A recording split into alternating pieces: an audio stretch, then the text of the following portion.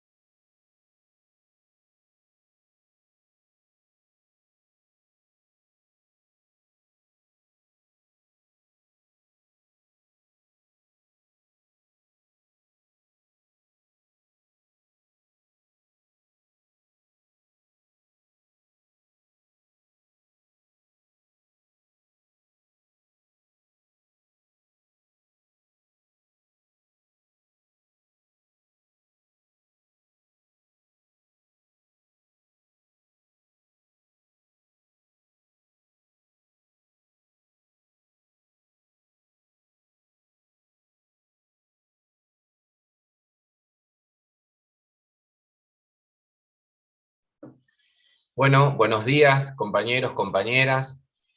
Quien les habla soy José Martínez de Aten Provincial de Telcetera. Los saludo desde la provincia de Neuquén.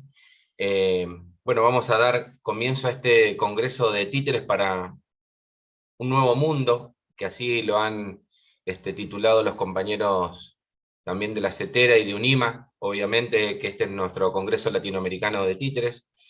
Estamos en el taller de títeres para una escuela emancipadora, ¿no? Todo un título. Eh, para dar comienzo a esta mesa, a este taller de la mesa 1, les voy a presentar a mi otra compañera que me va a acompañar a moderar esta mesa, que es la compañera Gabriela Farías, y ella nos va a dar unas palabras de bienvenida. Bueno, muchas gracias, compañeros. Acá, como bien dice, estamos muy contentos, muy emocionados. Yo estoy representando a la Comisión de Género de UNIMA, Argentina, que está integrada por Eleonora Castel, Lorena Lugo y Roxana Álvarez. Bueno, y yo, quien les habla. En la Comisión de Género creemos que es fundamental que las infancias puedan crecer libres, y con esto nos referimos a libres de expresar sus identidades y diversidades sin obstáculos. El entorno en el que las infancias crecen y se desarrollan debe poder garantizar esta libertad, y en particular las escuelas, ¿no? Que puedan fluir, que pueda darse ese ámbito emancipador, y creo que tenemos que garantizarlo nosotros como adultos que acompañamos. También creemos que es fundamental que los titiriteros y titiriteras y titiriteres hagan espectáculos con perspectiva de género, donde se incorpore la diversidad sexual, las familias diversas, la visibilidad, ¿no? De manera natural para que lo vayamos incorporando y creciendo y cambiando, para erradicar estereotipos, pero por sobre todo para prevenir, para que no haya violencias y podamos estar todos en un mundo de amor y libertad. Así que bueno, muchas gracias. Continuamos, muy contenta de estar aquí y de participar con mis compañeros y compañeras. Gracias, Gaby. Bueno, en este Títeres para un nuevo mundo, con un signo de interrogación, ¿no?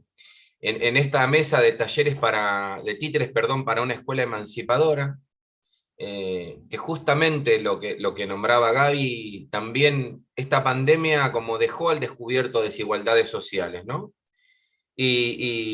Tensionar ese debate cultural y educativo, intercambiar experiencias y saberes, de alguna manera es la función que tenemos como educadores, como artistas. Para dar comienzo a este taller, a esta mesa, nos va a acompañar el compañero, ¿no? Valga la redundancia, Walter Cohen. Es profesor de la Universidad de Río de Janeiro, investigador del Consejo Nacional de Investigación del Brasil, y es autor del libro Paulo Freire Más que Nunca, y de su último libro, por lo que tengo entendido, Paulo Freire, un niño de 100 años. Así que bueno, Walter, desde Brasil, bienvenido, muchas gracias por la participación, y damos comienzo a tus palabras, a compartir y a que circule esa palabra también de Paulo Freire. Bueno, muchísimas gracias, José. Gracias a todos, a todas. Gaby, a todas las compañeras, compañeros, Roxana, en fin, todos los que han organizado, están organizando, están participando, están acompañando. Efectivamente, como dijiste, publiqué hace poquito un nuevo libro sobre Paulo Freire, un menino de 100 años, un niño de 100 años. Voy a poner el enlace aquí en el chat para bajarlo gratis, porque se puede descargar gratis. Ahí en ese enlace pueden buscar, hay muchos otros libros también, pero pueden buscar también ese, Paulo Freire, un menino de 100 años, y se baja gratuitamente. Y les quiero pedir antes que nada, agradecerles la oportunidad de estar acá y pedirles un poco, no muchas disculpas, que voy a tener que salir después de mi intervención. Es lo que pude combinar con Gaby, que no... Estoy en una actividad extraordinaria, la verdad que soy un suertudo, un privilegio. Estoy haciendo un viaje pedagógico, filosófico, para en parte celebrar los 100 años de Paulo Freire, por el nordeste de Brasil. Ahora mismo, en este momento, me encuentro en un centro de cultura popular, Padre Nosa, en la ciudad de Juazeiro do Norte, en el estado de Ceará. Es un lugar extraordinario. Miren, le voy a mostrar un poquito nomás dónde estoy. Es un centro de cultura popular en madera, sobre todo. Se ve ahí, no sé si ven, creo que deben ver la madera, y después la madera se convierte en cosas artísticas extraordinarias. Y estamos en una actividad, en el medio de una actividad, y pedí un ratito de salir para estar con ustedes, como había combinado con Gaby.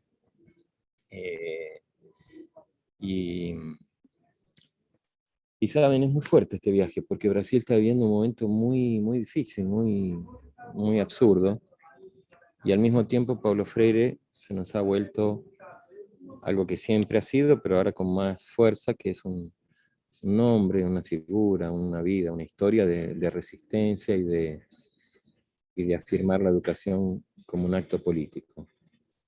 Y les decía que tengo esta suerte de estar viajando, este viaje que he llamado un viaje infantil de una pedagogía de la pregunta, en el que visito escuelas, asentamientos del MST o comunidades quilombolas, en fin, es una cosa extraordinaria. Yo he salido de Río en agosto y llevo hechos unos 10.000 kilómetros más o menos, y es extraordinaria la fuerza del encuentro, y además en este contexto después de la pandemia, volver a tocarse, a olerse, a sentirse, a paladearse. Saben que aquí en el nordeste hay una expresión que se usa cuando se saluda. En lugar de decir un beso, un abrazo, las personas dicen un cheiro, y pasan la nariz por el cuello, como una especie de olerse, de tocarse. Es una cultura muy, muy, muy del cuerpo. Y vive también los embates y las contradicciones de un contexto político muy, muy difícil. Y en ese contexto, la mesa que estamos aquí, yo quería referirme a la expresión escuela emancipadora que está en el título. Y también la pregunta del nuevo mundo, de Títeres para un Nuevo Mundo, que es la pregunta del Congreso. Y escuela emancipadora es una expresión, como José sugirió, muy fuerte, muy, muy densa, con una historia muy cargada. Pero uno siempre que encuentra así una expresión de esas se puede preguntar qué significa, qué sería. ¿Qué sería una escuela en primer lugar? Y luego qué sería una escuela emancipadora, si es posible también. Porque a veces parece que la expresión escuela emancipadora es como si fuera un oxímoron, un helado caliente, ¿verdad? Porque parece que la emancipación no se podría escolarizar. En verdad la emancipación no se podría dar, porque si uno da la emancipación pareciera que está negando lo que la emancipación propicia. Parece que la emancipación es algo que solo se puede encontrar por uno mismo o por una misma. Pero entonces, ¿qué podría querer decir en este contexto que estamos viviendo? ¿Qué significaría una escuela emancipadora? Y yo quisiera recordarles la etimología de esas dos palabras, de la palabra escuela y de la palabra emancipadora. La palabra escuela tiene que ver con tiempo. La palabra emancipación tiene que ver con mano. Emanci es soltarse la mano que lo conduce a uno. Sería como ir por sí propio y no ser llevado de la mano. Y escuela viene una palabra griega, scholé, que literalmente significa tiempo libre. Tiempo liberado. Nosotros en las sociedades capitalistas que habitamos vivimos un tiempo cooptado, un tiempo regulado, un tiempo normatizado. Tenemos que justificar lo que hacemos en el tiempo que ocupamos. Tenemos que decir para qué usamos el tiempo que usamos. Y las escuelas no nacieron para aprender y enseñar. No hace falta una escuela para aprender y enseñar. Las escuelas nacieron para liberar el tiempo, para que podamos tener una experiencia de tiempo libre. Y yo también me doy cuenta que yo no soy titiritero y también no voy a hablar de los títeres y de tantas cosas maravillosas que seguramente aparecerán en esta mesa y en este congreso. Pero siempre que pensamos en esa relación entre arte, educación, o entre arte y escuela, creo que es importante dar un contexto entre político, filosófico, pedagógico. Yo creo que educar es un trabajo artístico. Y esa es una pregunta también que podríamos pensar, si es posible hacer arte en la escuela, no solo si es posible una escuela emancipadora, sino si es posible una escuela que emancipe a través de, en medio de y afirmando el arte y una vida artística. Si es posible vivir artísticamente dentro de una escuela.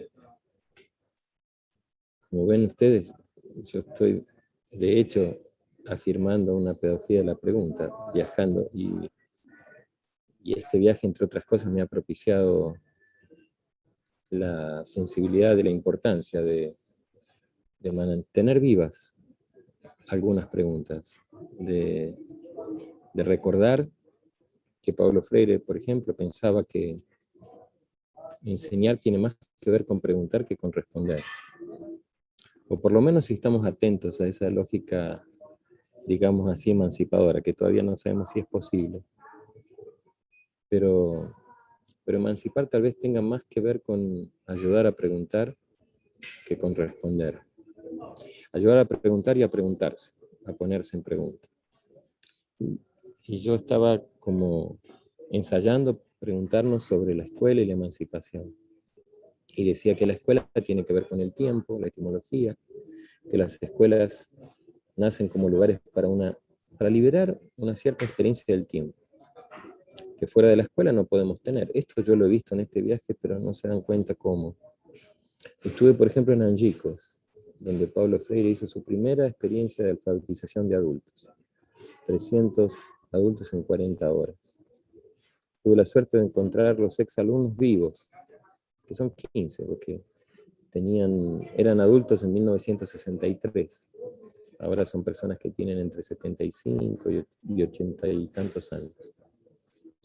Y son personas que identificaban a Paulo Freire con una escuela, que decían que Paulo Freire llevó la escuela a Angicos, a pesar de que el curso de Paulo Freire no tuvo lugar en una escuela, en una institución escolar, en un edificio escolar. Quiere decir que está la escuela y está el hacer escuela. Está la escuela, el edificio, los programas, la institución. Y está el hacer escuela, que muchas veces se hace dentro o fuera de la escuela. Porque la escuela hay que hacer hecha. Hay que hacer escuela en de la escuela, tal vez. Y entonces, ahí también me viene una pregunta si los títeres y el arte sería una manera de hacer escuela en la escuela o fuera de la. Porque la escuela también no es solo las escuelas oficiales o las instituciones. La escuela es ese tiempo y ese espacio que nos encontramos para tratar de entender el mundo, hacer preguntas sobre el mundo y soñar con otros mundos. Por eso, y para eso necesitamos tiempo libre, tiempo liberado. Por eso en Angicos lo que hizo Paulo Freire fue permitir que los agricultores y los campesinos tuvieran ese tiempo para pensar, para preguntar, para entender, para soñar. Por eso también la escuela es algo infantil. Es infantil no por la edad, no porque tenga que ver con niños y niñas, cronológicamente infantiles. Es infantil porque exige y supone y propone un tiempo de infancia, que es un tiempo de jugar, que es un tiempo de amar, que es un tiempo de soñar, de preguntar, y también de artistear, de crear, de hacer arte. Ese es el tiempo de la escuela. Y es un tiempo negado, es un tiempo robado para mucha gente. Yo he pasado ahora por muchas escuelas que las maestras me decían, aquí hay muchos niños y niñas, pero no hay mucha infancia. No hay tiempo de infancia. No hay tiempo presente, no hay tiempo para pensar, para preguntarse, para soñar, porque hay que trabajar, hay que sobrevivir. Entonces, eso es la escuela. Y yo también estoy atento al tiempo del reloj que me toca para no pasarme demasiado. Creo que debo tener unos 5 o 10 minutos todavía. Y quiero hablarles un poquito entonces en ese tiempito que queda de la emancipación, del emancipar, para cumplir con la promesa. Y el emancipar, y además les quiero dejar una música que José me pidió que les deje. Porque al fin, si estamos hablando de arte, de escuela, de tiempo presente, vamos también a sentir un poco de un tiempo musical. Y entonces, antes de la música, quiero hablarles un poquito de la emancipación, que yo les decía en su etimología, y aprovecho a saludar a las personas todas que están de nuevo, ahora que son muchas más que al inicio, aquí y participando y asistiendo, agradecerles su presencia.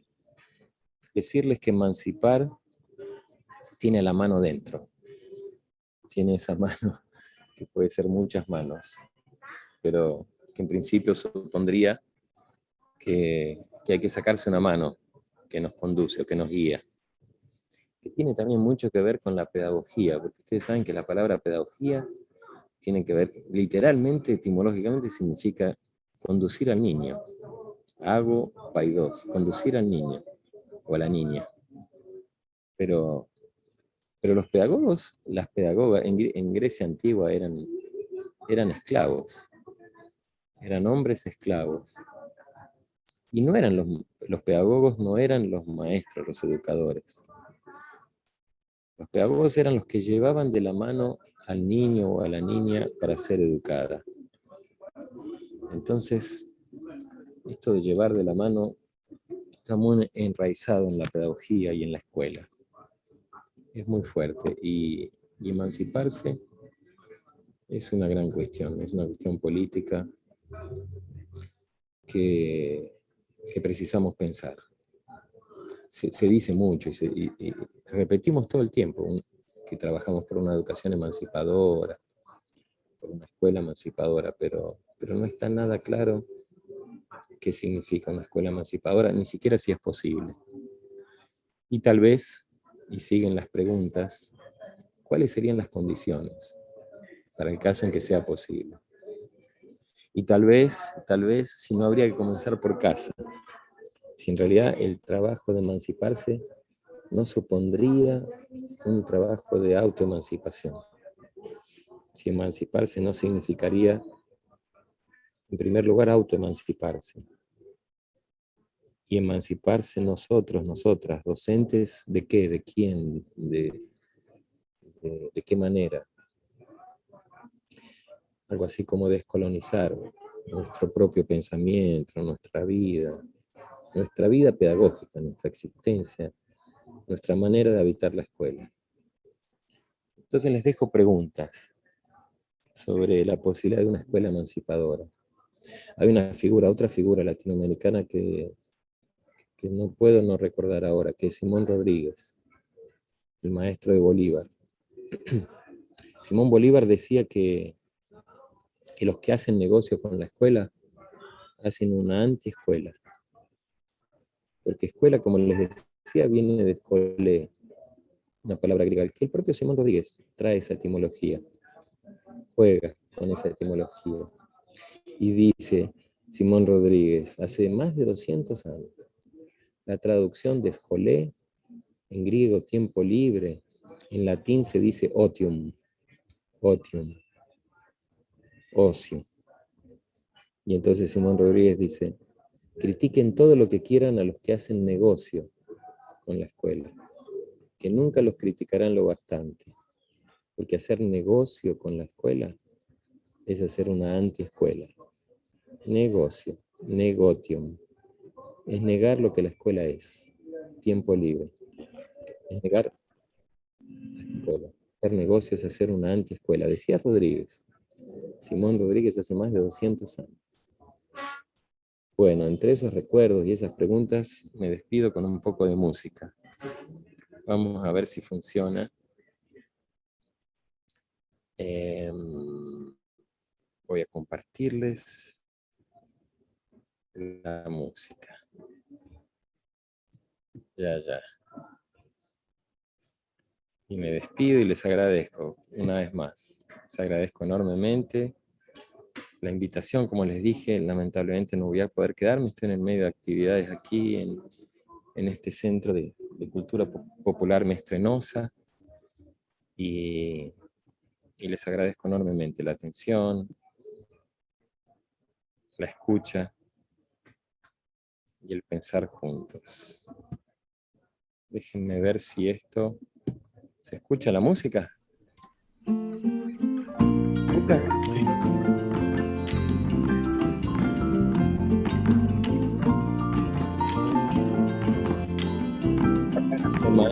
Aqui ninguém vai esquecer Paulo Freire e sua força pra gente viver. Aqui ninguém vai se calar Paulo Freire e sua força pra gente lutar. Aqui ninguém vai esquecer Paulo Freire e sua força pra gente viver. Aqui ninguém vai se calar Paulo Freire e sua força pra gente lutar. Amor em comunidade, no campo e na cidade, esperança e curiosidade de ver o mundo se refazer novo. Palavra e coragem do povo. Aqui ninguém vai esquecer Paulo Freire e sua força pra gente viver. Aqui ninguém vai se calar Paulo Freire e sua força pra gente lutar. Toda a sinceridade, com garra e humildade, o aprendizado do ensinante ao ensinar, repensa ao pensar. passado, repassa o passado, rebate a mentira, ele coloca a vida em primeiro lugar, ele coloca a vida em primeiro lugar. O aprendizado do ensinante ao ensinar retoma o combate com manha e com arte, convida as pessoas que todas são boas, nas ruas, escolas, em todo lugar, com democracia e saber popular, com democracia e saber popular, com democracia e saber popular, com democracia e saber popular. Aqui ninguém vai esquecer Paulo Freire e sua força pra gente viver. Aqui ninguém vai se calar Paulo Freire e sua força pra gente lutar. Aqui ninguém vai esquecer Paulo Freire e sua força pra gente viver. Aqui ninguém vai se calar Paulo Freire e sua força pra gente lutar.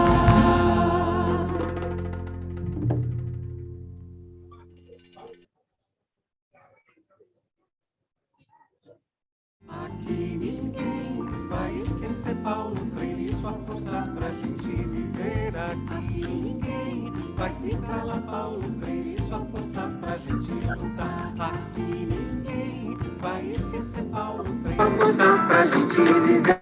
Aqui ninguém vai se calar Paulo.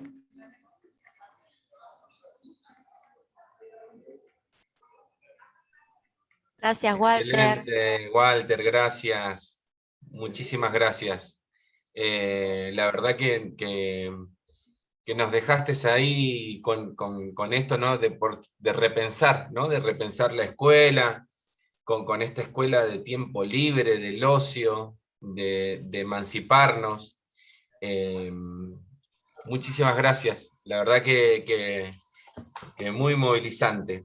Así que agradecemos desde ya la presencia, compartir esto que circuló la palabra, así como decimos acá en el sur, en las escuelas de comunidades, que circule la palabra, ¿no? Así que siga circulando ahora. Tenemos, y ya para despedirnos también, decirles y compartir con cada uno de ustedes que hay casi 100 personas que están compartiendo, 100 compañeros y compañeras que están en el Zoom y también en el canal de YouTube. Así que para que sepan también, interesante esta emancipación, ¿no?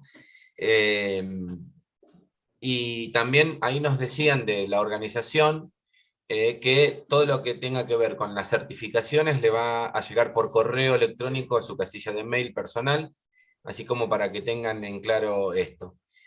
Walter, nuevamente, muchísimas gracias. Gracias a muchísimas ustedes. Gracias por el espacio, perdón. No, gracias a ustedes, a todos, en verdad. Es un poco así, no me gusta tanto estar un ratito, pero Gaby me dijo, no, ven, aunque sea un ratito, vení. Y ojalá que nos encontremos muchas otras veces y cada vez que nos encontremos nos demos fuerza para seguir luchando y para nunca dejar de esperanzar, como decía Pablo Freire. Un gran abrazo a todas y a todos. Abrazo, compañero. Muchísimas gracias. Muy bueno. Bueno, ahí también, como para que no lo presenté, nuestro compañero donde dice Escuela de Formación ATEN, Rafa Narváez, es nuestro hacker, digamos, que nos da la posibilidad técnica de comunicarnos. Bueno, cualquier cuestión también que quieran escribir en el chat lo pueden hacer. Nosotros en YouTube también ahora vamos a empezar a leer los saludos. Hasta ahora había más saludos que preguntas.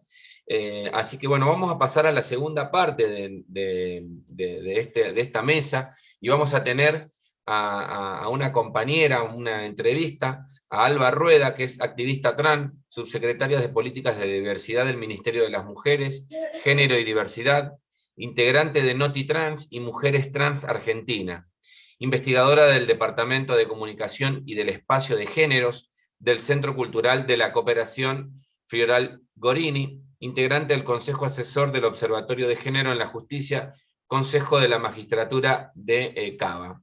Así que con ellos y con ustedes vamos a compartir a la compañera Alba Rueda. Rafa.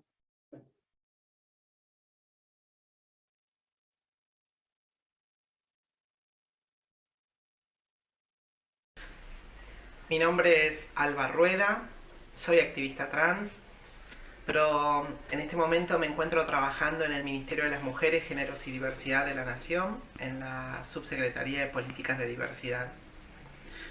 Y con mucho placer puedo también pensar toda la línea de infancias y adolescencias trans, sobre todo en el recorrido institucional y educativo.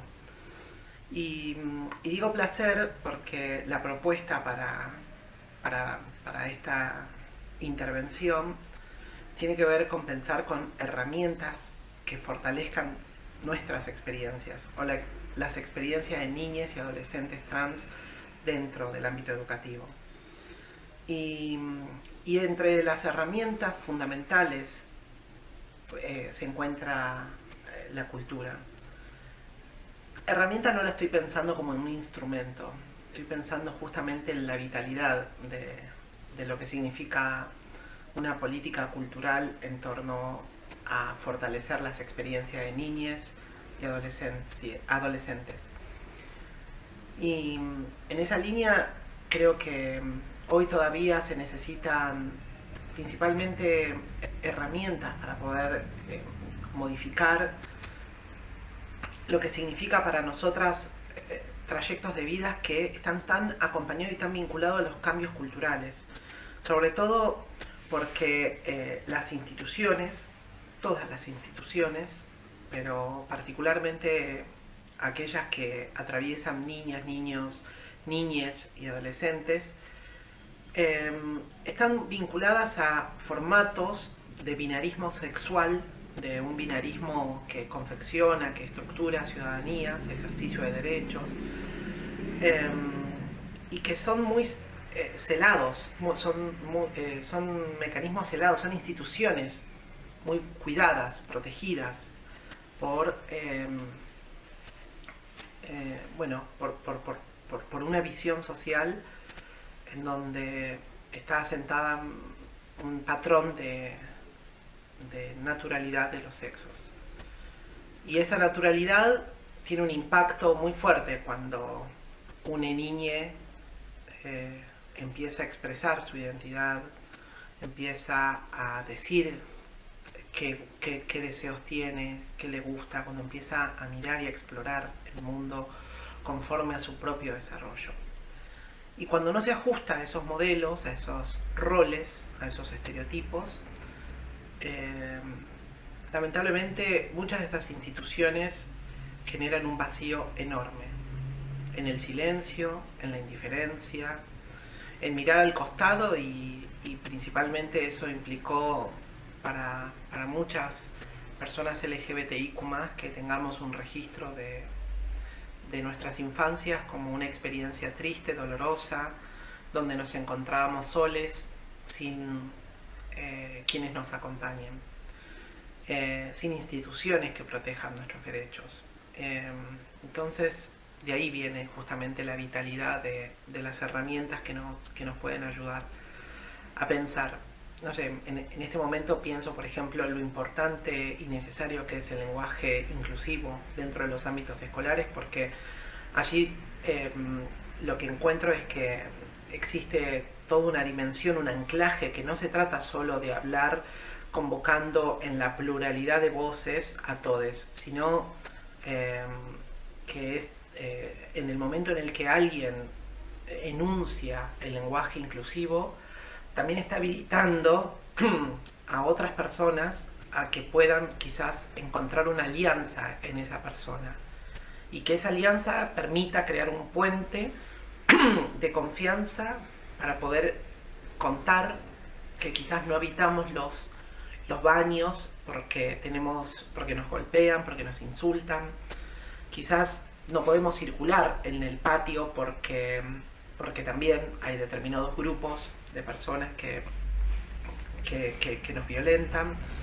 Quizás nos permita expresar y decir qué nos pasa a nosotros en el nombre, en el cuerpo, en la expresión del género.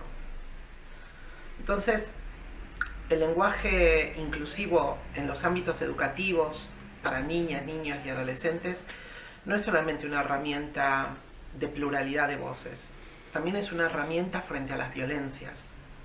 Y en esa vitalidad es que me parece que nos encontramos con poder pensar otras herramientas que nos ayuden a fortalecer la experiencia, que nos transformen en ese recorrido. Y la cultura, y puntualmente las herramientas culturales, y vuelvo a usar este concepto porque me parece que no lo hago en términos instrumentales, sino lo que estoy pensando es justamente la propuesta cultural que transforma, que nos identifica, que nos expresa, que nos permite cambiar y subjetivarnos y constituirnos en otras personas a partir de esto. Tiene una acción pedagógica muy importante, sobre todo cuando tienen en cuenta nuestras propias experiencias. Reconocernos, vernos identificadas, identificados, identificades. En los ámbitos culturales, cuando somos niñas, niños, adolescentes, poder vernos reflejadas en historias, que también hay otras niñas que quizás pasaron por otras historias parecidas y que yo no los pude conocer, y hay una narrativa que lo cita, que trae, que cuenta, que explora, que valida, que acompaña, que ama, que protege y abraza. Me parece que justamente es lo que quizás nos permite decir, esto también es posible. Seguro que para mi generación y otras generaciones anteriores, el castigo por mirar a quien te gusta, por querer el pelo un poco más largo, por querer jugar con determinados juguetes, por querer hacer determinadas recorridos escolares, no sé, creo que fueron digamos, una marca también de la censura y la exclusión lo que vivimos. Eso fue parte de lo prohibido. Y las instituciones no acompañaban. Entonces, lo que digo es que las políticas culturales cumplen un rol muy esencial dentro de nuestras vidas. Y no solamente en la pluralidad de propuestas, sino también en esta herramienta política que nos pueda ayudar a encontrarnos en otra mirada. Entonces, las propuestas de cultura, las propuestas culturales, las que nos nombran, nos citan, nos abrazan, cumplen una función vital frente a las violencias y transformadoras. Y también creo que hacen pedagogía, porque yo puedo narrarlo en términos de primera persona y contar qué fue lo que cómo transité eso, y lo importante que hubiese sido verme expresada en otras historias. Pero estoy convencida que como esa necesidad que yo pasé y no tuve, habrá otras personas, niñas, niños, que también les sirve para acercarse, para comprender, para poder ver por fuera de esas instituciones tan estándar, formateadas en la fila de niñas, de niños, los baños de niñas, de niños, educación física para varones, para mujeres. Bueno, encontrarse quizás en otros diálogos. Y eso es un modo de generar una pedagogía emancipatoria, de la inclusión, de la diversidad, de la pluralidad, y quizás entonces ahí es que vuelve a cobrar vitalidad para una sociedad democrática que contemos con herramientas tan fundamentales como las propuestas culturales que hablen de niñas, niños, niñes, trans, no binarias, LGBT, desde nuestras experiencias. Y es un modo también de poner en valor otros recorridos institucionales. Me parece muy poderosa la herramienta de la cultura. Creo que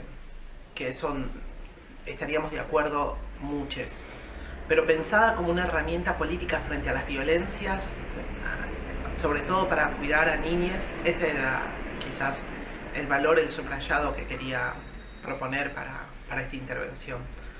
encontrarnos en herramientas que nos permitan pensar la necesidad y la urgencia de que políticas culturales habiten en contextos educativos para pensar el libre desarrollo personal, que es uno de los derechos a proteger y que tiene que ver con la emancipación, que tiene que ver con la libertad de todos, y que además es una propuesta necesaria para modificar prácticas institucionalizadas. Me parece que en esa línea es que celebro, subrayo, abrazo, que sigamos pensando en la cultura como una vitalidad, como una herramienta vital frente a las violencias. Muchas gracias.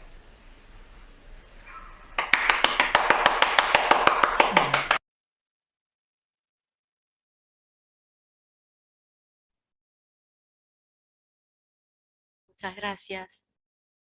Qué lindo escucharla, qué sabia, qué salva. Gracias, Eleonora Castel, por este material. La comisión viene trabajando hace meses para tener y seleccionar estas palabras, estos discursos, estas experiencias tan sensibles. Así que, bueno, un lujo tenerla a Alba Rueda con nosotros y compartir esta visión, este sentir tan sabio, tan necesario de ella. Bien, vamos a continuar, queridos compañeros y compañeras, con otra entrevista. Esta segunda entrevista hablamos con María de los Ángeles del Río, docente del programa CAF, Centros de Acción Familiar. Eso significa que desde la educación no formal trabaja la educación sexual integral, ESI, y nos comparte sus experiencias muy ricas, muy nutritivas. No se lo pierdan.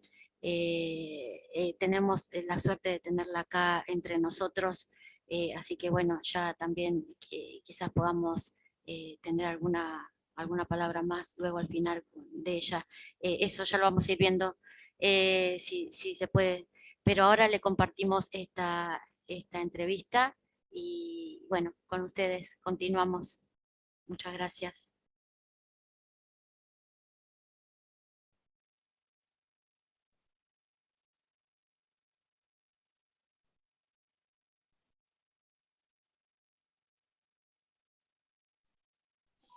Bueno, antes que nada, Ángeles, muchísimas gracias por participar de esta mesa y de este congreso.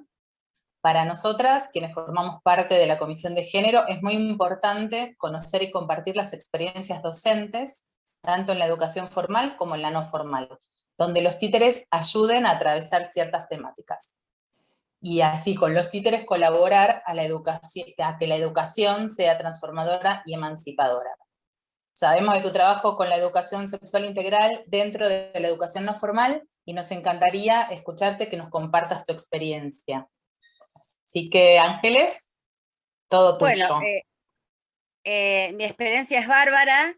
Este año parece que como que floreció la experiencia esta. Yo trabajo con chicos de escolares, el CAF 8, de 6 a 12 años. Y este año tuvimos la oportunidad de trabajar con títeres, con materiales descartables. Yo tengo un lugar donde hay muchos materiales descartables, de lo que vos quieras encontrar, vas a encontrar ahí. Entonces, la dinámica fue, chicos, vamos a hacer un títere, vayan por favor, agarren lo que necesiten, y lo hicieron. Empezaron a jugar, yo quiero esto, quiero aquello, bueno. Armamos un títere, y después vimos un corto que es de España, sobre Caperuza, sobre donde intervienen los adolescentes. En base de eso, armamos una obra de títeres, lo escribieron ellos y participaron ellos con sus títeres.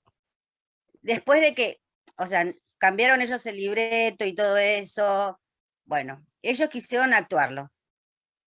Y tenemos un grupo de chicos que realmente este año les gusta actuar con los títeres. Es más, cuando ellos de repente tienen algo, agarran un títere y me dicen, ¡ay, señor! Pero eso surgió desde el títere. Entonces hicimos la actuación de Caperuza Roja y resulta que tenemos un nene que él quiso ser la caperuza. Bueno, y una nena que quiso ser el lobo. Este nene, que es espectacular y que le gusta el color rojo, se preparó toda la ropa. Vino con la capa, vino con todo el disfraz de caperuza. Y a mí me sorprendió, y lo sorprendió a todos, y también estuvo la intervención de los otros chicos. Esto de que el lobo lo trataba mal, y él no le gustó, y le puso un parate, y le dijo que no es no, que no le gustara, salió del escenario porque el lobo lo echó, después ingresó, intervinieron con los compañeros que yo les pregunté qué pensaban, y decían de que, bueno, de que ellos pensaban de que el lobo no lo podía tratar mal, y todo eso. Todo esto surgía con un títere en la mano. O sea, ellos actuaban y estaba el títere en la mano. Cuando los chicos les decían, vos no la podés tratar mal, era, vos no la podés tratar mal. Entonces, eso abrió una puerta maravillosa donde los chicos ahora expresan lo que le dicen. Y tal vez a veces cuando me tienen que decir cosas, no es que me dicen de repente, señor, me molesta esto. Tal vez vienen con el títere y me dicen, señor, me molesta esto. Y a mí me encanta, me encanta. Tal vez años anteriores no hubiera pasado esto, pero por ejemplo, lo que pasó fue que hubo muchas cuestiones, los chicos se animaron a decir cosas que les pasaban, miedos que tenían, situaciones que le habían pasado con personas adultas, y también a través de lo que nosotros habíamos hablado previamente de ESI, de que uno le tiene que poner el parate cuando las cosas no le gustan, que un no es un no y uno tiene que mantenerse firmemente, también surgió esto, ¿viste? Y tuvimos una conversación con un chico que fue acosado, y él lo pudo contar con un títere de papel higiénico, que fue grandioso, y lo contó así. Yo pasé esta situación también, señor. Y a mí, te digo la verdad, me reemocionó, porque yo dije, a ver, detrás del títere está él, pero se animó con el títere en la mano. Eso dio una oportunidad grandiosa, ¿viste? Porque vos decís, a ver, tan importante es el títere en un niño, es importantísimo. O sea, yo las cosas que a mí me contaron en ese pequeño taller y que lo continuamos, hasta, te digo, hasta ayer, que una nena me quiso contar algo que le había sucedido, ella no había hecho un títere, pero vino con una muñeca y me dijo, señor, te tengo que contar algo, y me lo contó a través de la muñeca. Entonces, lo importante que es en un niño, en un adolescente, hasta en nosotros mismos tal vez, el títere. Yo digo, estoy muy feliz de haber hecho el títere, estoy muy feliz de haber participado del taller de títere. Yo les llevé todos los títeres a los chicos, se los muestro, está ahí, lo pueden agarrar y pueden hacer lo que quieran con ellos. Y fue esto, ¿viste? Y descubrir otra manera de dialogar, de compartir, de que puedan decir sus miedos. Y la verdad que a mí me resultó muy bueno. Trabajamos con ESI, con respecto a las partes del cuerpo que no se tienen que tocar, de cómo tenemos que tener cuidado, de cómo que cuando algo nos molesta lo tenemos que decir, y lo tenemos que decir como sea. Y esto de los títeres para mí fue maravilloso, con mi compañera lo trabajamos también, porque la comunicación así, y fluyó así. Entonces, vamos a realizar más títeres ahora, pero es lindísimo. Y me cargan, porque me dicen, señor, con la mano, señor, mire, y yo me río. Y a través de ese títere, que puede ser con la mano, que puede ser, no sé, hasta con el otro día también viene un nene con un lápiz y me dijo, hola señor, que se abre una ventana, algo que, te digo la verdad que yo lo siento y a veces no lo puedo explicar, me emociona de que algo que a veces es tan simple es muy importante para ellos, porque pueden vocalizar, poner en palabras lo que le pasa. Y te digo la verdad, yo estoy muy feliz de trabajar con el grupo que trabajo. Son preadolescentes y les está pasando muchas cosas. Y más que tengo un nene que está enamorado de un chico y está enamorado de una chica. Tuvimos un baile de disfraz y él se disfrazó de ángel. Y él fue muy feliz disfrazando de ángel. Estaba muy bello vistiéndose de ángel. Caminaba como una modelo y decía, ay, estoy re bello. Y bailamos y él bailaba de felicidad. Él está en esa situación. Las charlas que hemos tenido con él es de que a él le gustan los hombres, le gustan los chicos. Está enamorado de una nena. Pero no significa de que no va a ser papá. Él va a ser papá con un hombre o con una mujer.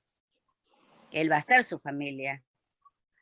En un momento los chicos eran como que lo tenían ahí. Pero ahora no, ahora es aceptable. ¿Viste? Es aceptable porque todos somos iguales. A veces es como que los chicos lo miran, lo observan, porque a veces él es muy masculino y a veces es un poquito femenino. Pero bueno.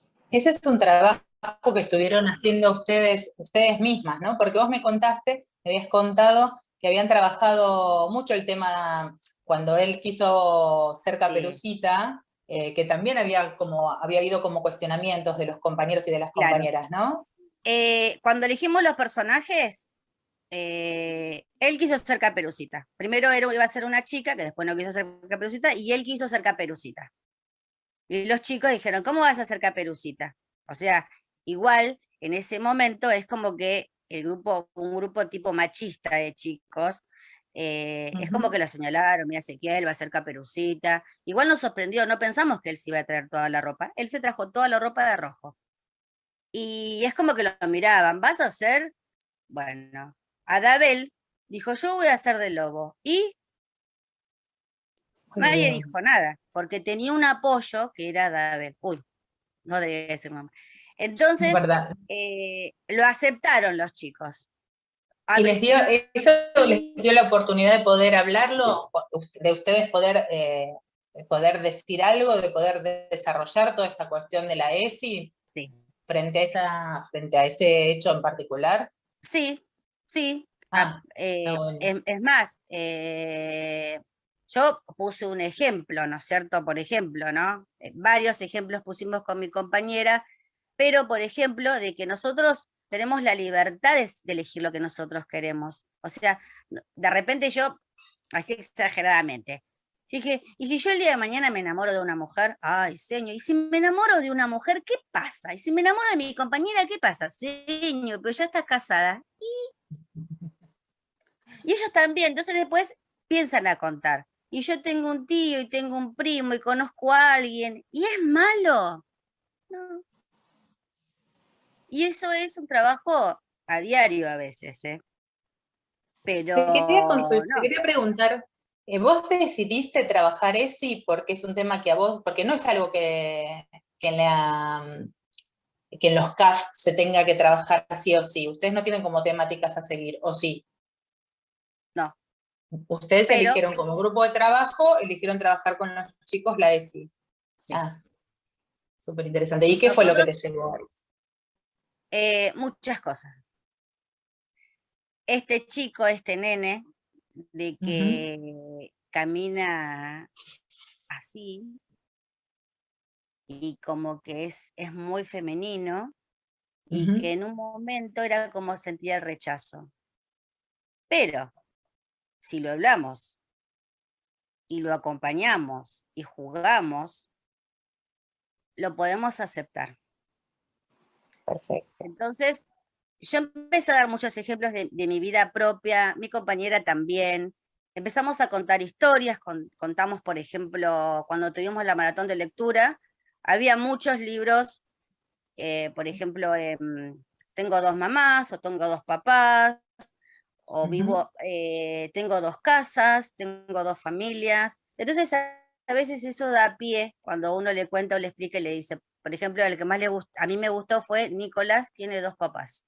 Es un cuento que me encantó, lo leímos entre todos, y Nicolás tiene 2 papás y una mamá. Y él lo cuenta. Entonces, eso fue, a ver, ¿qué pasó? ¿Qué piensan ustedes? Y uno que era muy machista dijo, y bueno, dice, y si tiene esa familia, tiene esa familia. Y bueno, entonces empezamos a trabajar de eso. Tenemos muñecos sexuados en la sala. Bien. Y sí, tenemos muñecos sexuados. Tenemos uno que se llama Luca. Y bueno, y nada, es así. Tengo un par de zapatos de taco, de que está libre ahí que lo puede usar, lo usa este nene, y así un montón de cosas. Tenemos disfraces de ambos géneros, hay capas, gorros, sombreros, lo pueden usar. Hermoso. Y con ¿Cómo este, que no lo pueden usar? claro, con este ¿Viste? pequeño trabajo, porque con esta posibilidad con la obra de Caperucita, lograron que este chico pudiera estar como más incluido, los demás lo aceptaran Que- mucho más.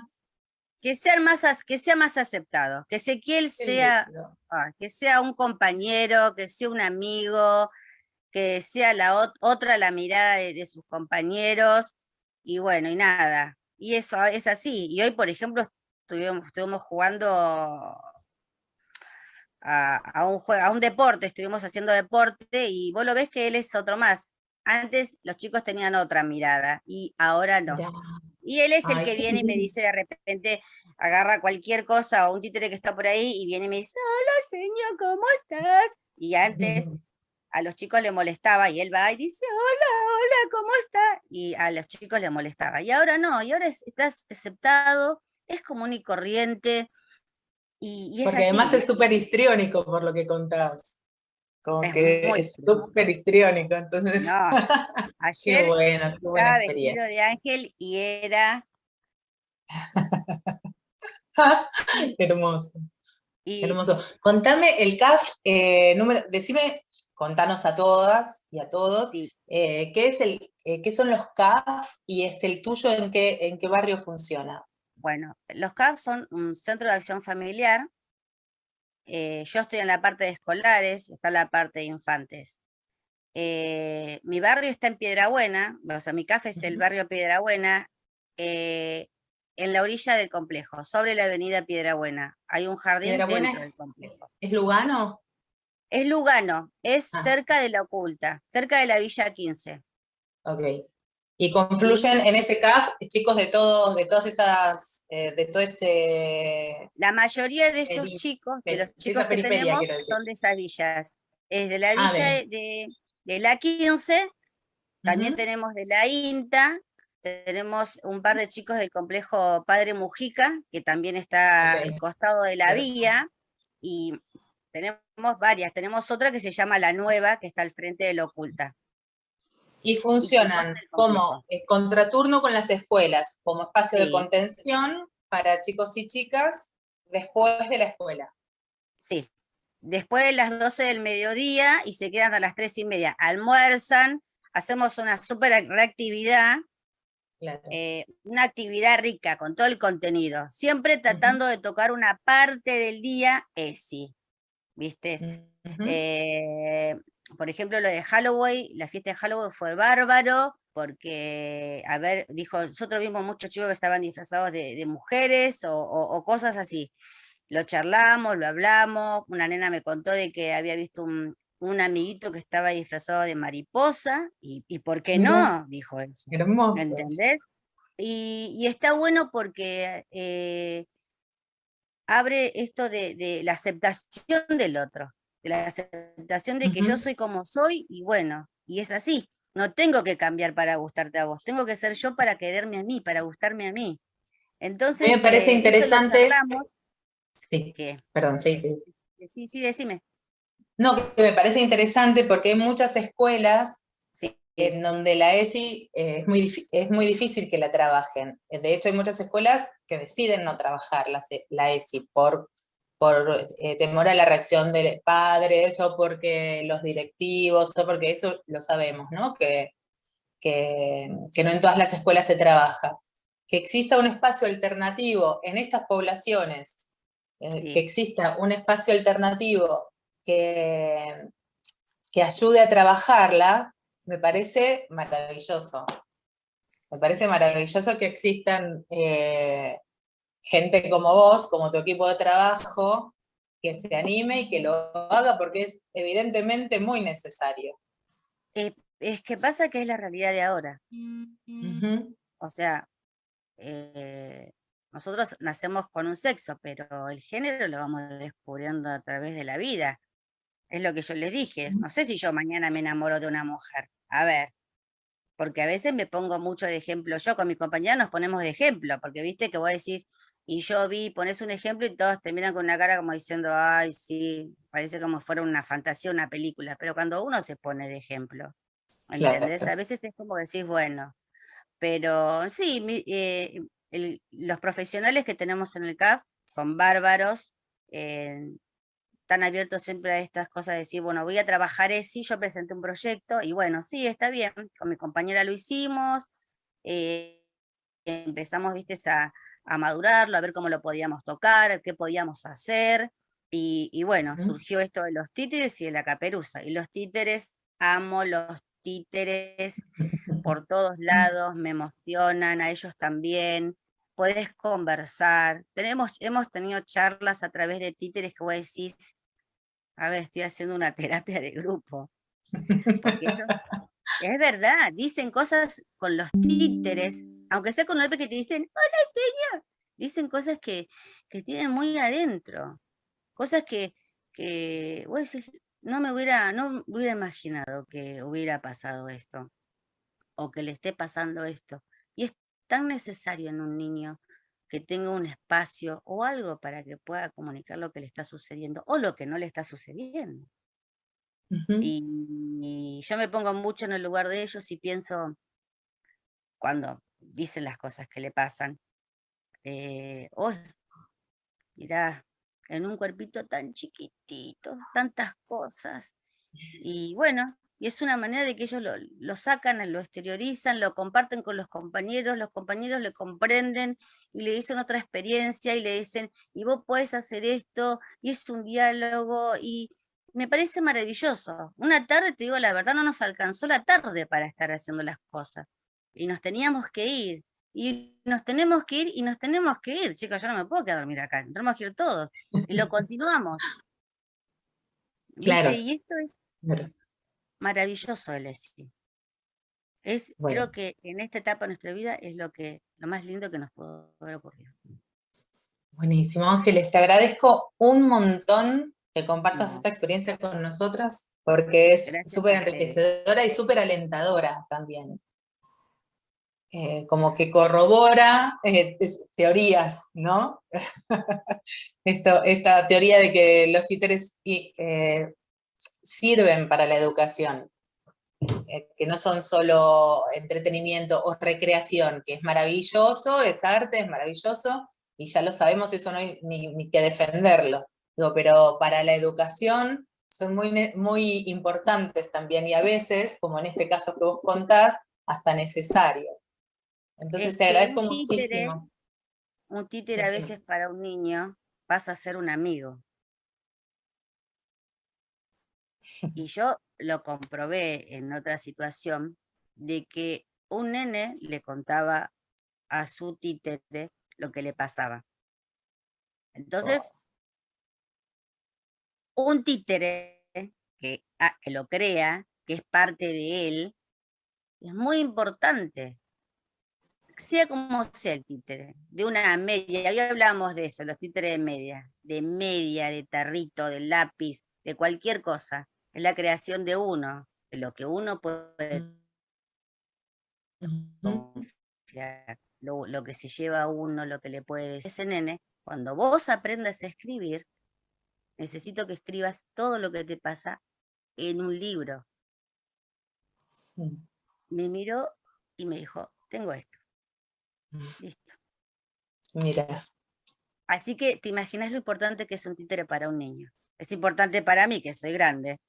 Para un niño, una vida. Así que gracias por darme esta oportunidad, Eleonora, de compartir mis experiencias con los escolares.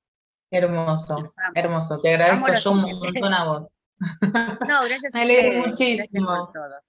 Bueno, Muchas muchas gracias, gracias. No, está bien. Gracias.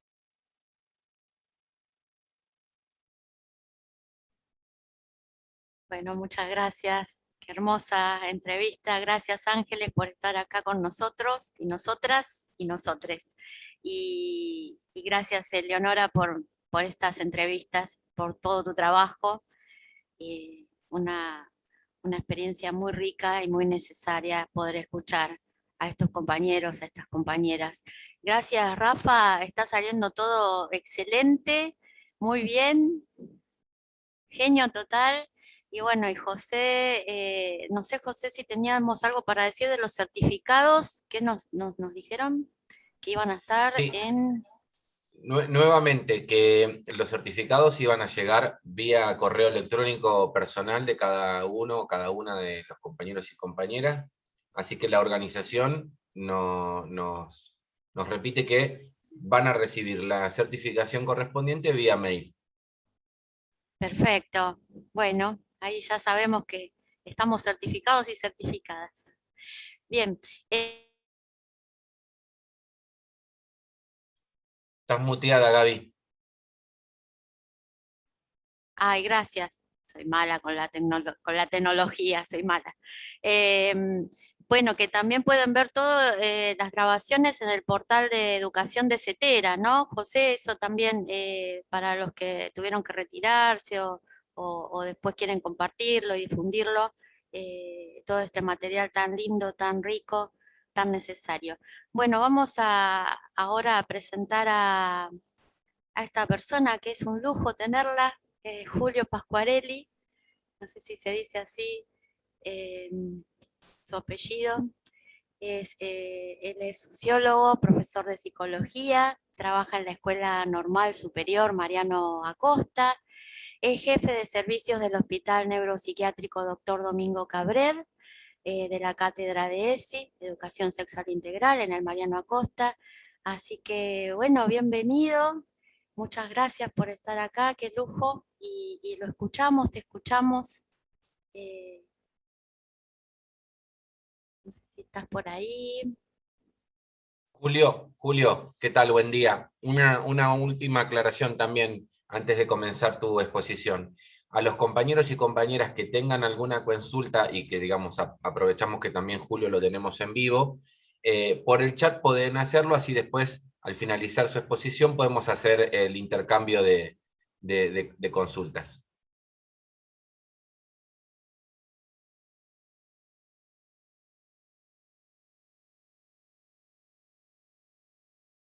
Estás muteado, Julio, me parece.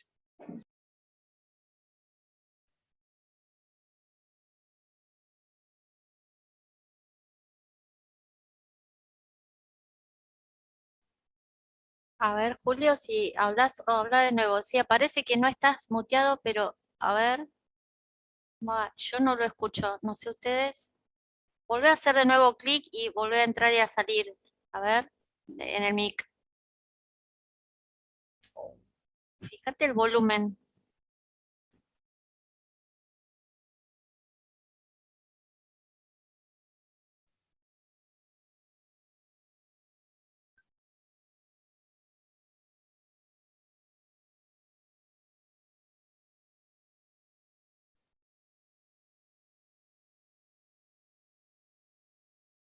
Sí, sí, te leo que estás desmuteado. A ver, bueno, habla y a ver si... Ay, ya no te escucho, no sé si lo escuchan ustedes. No. Desgraciadamente no podemos escucharte, Julio, y sí apareces como desmuteado, no sé qué puede pasar. Es más, la barrita del micrófono figura como que está captando sonido. Es extraño. A ver, vamos a sacarlo de anfitrión. José, fíjate si lo sacás de anfitrión. A ver, habilitarle por las dudas, fíjate en los 3 puntitos donde dice más en participante, el sonido. Ahí apareces como desmuteado, Julio. Ahora otra vez se fue lo rojo, pero no te escucho. No se escucha. ¿Qué podría llegar a ser, Rafa? No sé si tendrías que volver a entrar. Tal vez, Julio, al entrar, ponerle conectar audio por la computadora, viste, y te hace esa pregunta al revés. Si te olvidas de darle eso, sí, capaz que por eso no se te escucha.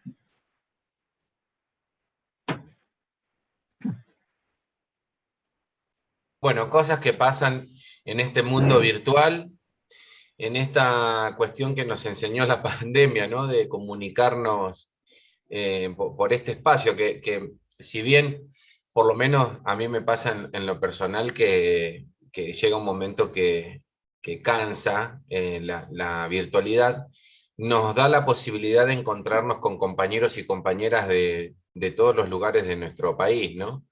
Así que, así como por ahí tal vez ustedes no sepan, pero bueno, Rafa y yo estamos en Neuquén. Rafa de la zona norte viene, de Neuquén, de Andacollo. Yo de San Martín de los Andes, pero bueno, estoy ahora en Neuquén capital. Y Gaby es de San Clemente del Tuyú. Digamos, esto es lo que tiene la magia de la virtualidad, de poder encontrarnos y de poder Bien, compartir y que circule la palabra. Así que mientras tanto, a hola ver, Julio, no se escucha, ¿eh? No. Julio, creo que me va a agarrar una ACV. Espero que no. Chicos, estoy temblando. Bueno, no, Julio, a ver, habla. Le tenemos los labios. ¿Cómo lo podríamos solucionar? Porque volviste a entrar y a salir. A ver, Eso saca está la por... cámara, Julio. Saca la cámara y trata de hablar. Saca la cámara. A ver, habla ahí, volvé a cerrar y abrir el mic. A ver si... y recemos, compañeros. Los creyentes empecemos a rezar. A ver. Ay, no se te escucha. No se escucha. Perdón, Julio, ¿y si intentás desde un celular? ¿Querés que te llame, Julio? Ah, no, yo no tengo tu teléfono. No, qué no? conectarse al Zoom desde un celular. Ajá. Perdón la Y intromisión. eso podría ayudar. No, yo te Claro, iba a pedir, desde... Eleonora, que por favor intervengas. Bueno, mientras tanto a todos nuestros compañeros y compañeras les decimos que estamos con Ángeles acá entre nosotros y si quieren preguntarle algo por el chat y algo que nos pueda comentar Ángeles, que la tenemos acá. Y bueno, Eleonora también, agradecerte, Eleonora, estas hermosas entrevistas y esto que nos traen de darnos esta posibilidad, ¿no? Esta posibilidad que nos dan las infancias de ser mejores como personas, no por mejor o peor, sino por desarrollar nuestra capacidad de amar, de estar en libertad, de poder expresarnos, de ser auténticos. ¿Ahí te escuchan? Sí. Ah, no les puedo creer. Ay, menos mal. Julio, Listo. buenísimo. Bienvenido. Qué problema. Listo. Gracias. Bueno, empecemos rápido, a ver si todavía me vuelvo a mutear. Aparte, les contaba que probaba yo mientras ponía el micrófono, lo sacaba, era una preocupación. Pero en un momento me acordé que ayer estaba, bueno, primero gracias por la invitación y perdón por esta entrada tan fallida, pero me acordaba ayer que en un coloquio, en una charla, ¿no? que estuve dando, contaba que en esta pandemia que hemos estado tan vinculados con la virtualidad, quizás las palabras que más hemos repetido era, ¿estás ahí? ¿O me escuchás? Y parecía más que una clase, una sesión espiritista, ¿no? Porque era como decir, golpea la mesa, más o menos. Bueno, gracias por esta invitación que a mí me llena de honra, en realidad, porque hay gente que quiero mucho en este espacio y realmente nombrarles sería quedar en falta con otros. Voy a nombrar a algunos porque han trabajado conmigo y conozco del compromiso que han tenido. En principio me quedé pensando mucho esto de la escuela como transformadora o de la escuela como reproductora, ¿no? Y cómo tenemos que empezar a pensar la escuela y la educación es otra mirada donde pensar que la escuela, lejos de ser esos dispositivos Foucaultianos de control social, puedan ser dispositivos de crear pensamientos, de poder dar libertad, que es una de las palabras que va junto con la emancipación. Cuando uno se emancipa, realmente hay algo de la libertad, y la libertad no solo externa en cuanto a nuestros actos sociales, sino que también hay una libertad interna, la libertad de la autopercepción, la libertad de poder sentir. En las masculinidades, cuando trabajamos ESI, muchas veces vemos que sistemáticamente en la construcción de los géneros, a lo largo de la historia, esa construcción se armó en función de prohibir el sentir. Se podían sentir algunas cosas y otras no. Y ni que hablar de expresarlas. Por lo tanto, el arte, que es una herramienta y es una rama tan importante en la educación de expresión, yo creo que no puede quedar afuera de la escuela. Pero también tiene que ser pensado como lo estamos pensando acá, porque del mismo modo que Walter hablaba de la etimología de la palabra escuela, la etimología de la palabra profesor también tiene que ser repensada, y si no, no importa, sigamos usándola, pero actuemos de otra manera, porque en la etimología de la palabra profesor aparece mucho un origen que es el de profeta. Y el profeta es el que transmite la fe, pero también es el que sabe. Y me parece que ahí tenemos el problema. En general, cuando alguien sabe, lesotres no tienen espacio para poder preguntar o para poder saber y crear sus propios saberes, que no tienen por qué ser el de esa persona que está frente a esa aula o a ese grupo de personas.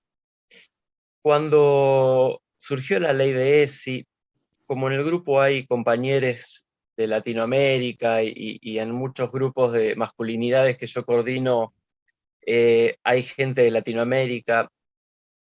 En Argentina la ESI es la Ley de Educación Sexual Integral, que se sancionó en el 2006, y se genera un programa en el 2008, con lineamientos.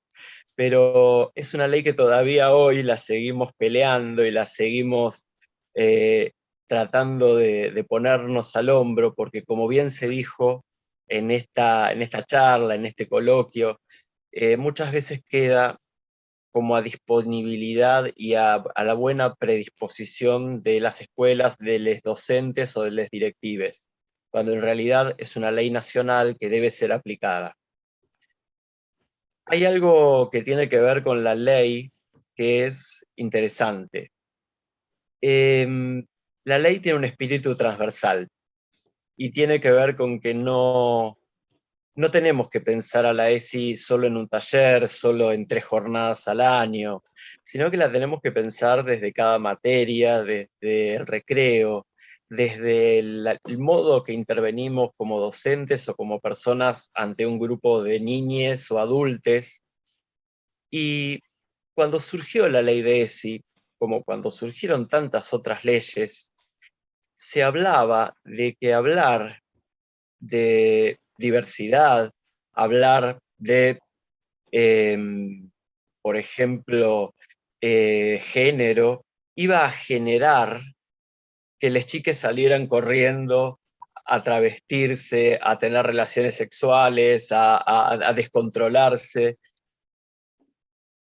Y si bien uno podría decir, ¿cuál sería el problema con esto? Una de las cosas que yo fui comprobando, y después se hicieron estudios desde observatorios internacionales muy importantes, se planteó que la ley de ESI en la Argentina no solo que contribuyó a que un niño pueda diferenciar cuando una caricia es una muestra de afecto o cuando una caricia es un abuso sexual. Y también la ley de ESI permitió que cuando las personas saben y tienen información, pueden elegir. Si alguien no tiene información, no tiene esa posibilidad de elegir. Y en las niñas muchas veces ocurre que cuando uno le quita el derecho a saber, le está quitando un derecho fundamental, que es un derecho humano, que es el derecho a saber. El tema entonces es qué herramientas utilizamos para trabajar con las niñas, les adultos, les adolescentes. Y el juego es una herramienta fundamental, que durante muchísimo tiempo fue pensada como algo relativo al ocio, a la diversión, y peyorativamente como algo que en la escuela no se podía incluir. Y yo creo que el juego, y Paulo Freire esto lo dice claramente cuando habla de la artesanía de la educación, y lo retomaba Walter, el juego es ese espacio donde uno puede divertirse y aprender, porque el aprender o la escuela no debe conllevar sufrimiento. Esta idea de que la letra con sangre entra es una frase que en la Argentina se usó mucho tiempo y tenía que ver con esa escuela normalizadora, normativizadora. Y en ese punto me interesa mucho recordar una experiencia que yo tuve con el grupo La Quimera, con Eleonora Castel, que interpreta y que escribió una obra, y también con Antonio Quispe, que era Príncipes, otra historia de amor, una historia de una obra de teatro que primero la hicieron en el Haroldo Conti y fuimos con chiques de primero, segundo y tercer grado, y después vinieron a la escuela para otro grupo de chiques. Una obra basada en el libro de Rey y Rey, de Linda y Esther, muy bien adaptada, muy bien trabajada, donde lo que genera esa obra es la ruptura de estereotipos. Primero, planteando un juego y una escena muy monárquica, que ustedes la deben conocer, que es la de una madre, una reina que está cansada, que quiere que su hijo se case, y que a partir de ahí empieza a traerle mujeres para que elija, y ahí aparece esta cosa, bueno, de la mujer como objeto y cuestionamiento de por qué hay que traer una mujer como objeto para que se case con un príncipe. Y por otra parte, aparece en los títeres, aparece algo interesante, que en esa cantidad de gente que ingresa, hay diversidad, porque hay diversidad de cuerpos, hay diversidad de colores, hay diversidad de formas en esos títeres, hay diversidad de gustos, hay quien le gusta cantar, hay quien le gusta hacer... Y también aparece un personaje que es el hermano de una de las princesas, de la cual el príncipe queda profundamente enganchado y enamorado. Y es la primera obra que yo veo de títeres donde se pone en jaque y se pone como a debatir el tema de la heteronormatividad, el tema del binarismo de género. Y para mí fue genial porque esto fue hace bastante tiempo, cuando todavía estaba muy fresquita la ley de matrimonio igualitario. Y la reacción de los chiques ante esa obra era una reacción de sorpresa, como si de repente estuvieran viendo por primera vez algo que generalmente se sabe, se dice, se muestra, pero de que la escuela muchas veces no quiere incluir. Y hablo de incluir porque me interesa mucho el tema de pensar que uno aprende con la diversidad y uno aprende con las diferencias, y con las igualdades uno puede compartir, pero cuanto más diferentes seamos, más podemos aprender. Y en esa obra, cuando se produce un momento en el cual el príncipe se enamora de otro varón, la reacción de las chiques era interesantísima. La cara. Yo en ese momento dejé de mirar la obra y empecé a mirar a las chiques, y era fantástica, porque era la posibilidad para muchas chiques de pensar que a lo mejor que eso que estaban viendo en el afuera era lo que les estaba pasando en el adentro. Ya como psicólogo, no como profe, les puedo asegurar que muchas veces hay niñes, hay adolescentes que cuando se autoperciben trans o cuando comienzan a tener elecciones heterodisidentes, muchas veces sienten que son les úniques a los cuales les pasa. Y cuando algo se socializa y ven que a otros también, esto es altamente terapéutico y altamente sanador. La idea de no estar solo, la idea de no estar enfermo, la idea de no estar bajo una patología, la idea de no estar haciendo algo mal, es la idea de poder ir desarmando esa estructura que llamamos patriarcado, que no es nada más y nada menos que un sistema político de relaciones, de poder, donde unos ejercen poder sobre otros y siempre en beneficio propio.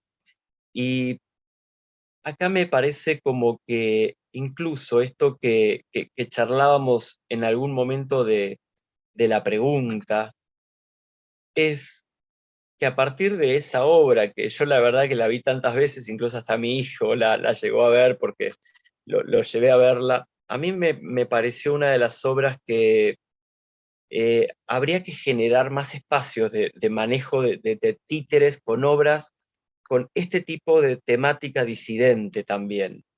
Porque el títere muchas veces genera esto que también otra de las compañeras decía, esa disociación, esa proyección.